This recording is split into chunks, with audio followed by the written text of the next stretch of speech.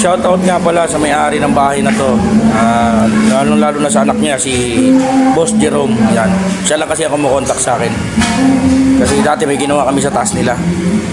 Dati si Papa gumagawa, kaya ngayon ako na lang.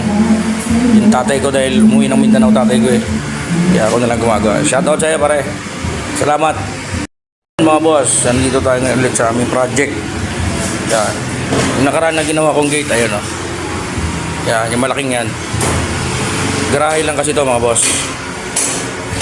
Yan ang ginawa ko, yung gate na yan. Sama header. Ngayon, nagustuhan nila yan. Nagbuta sila doon sa pader na yon para isang lusutan lang.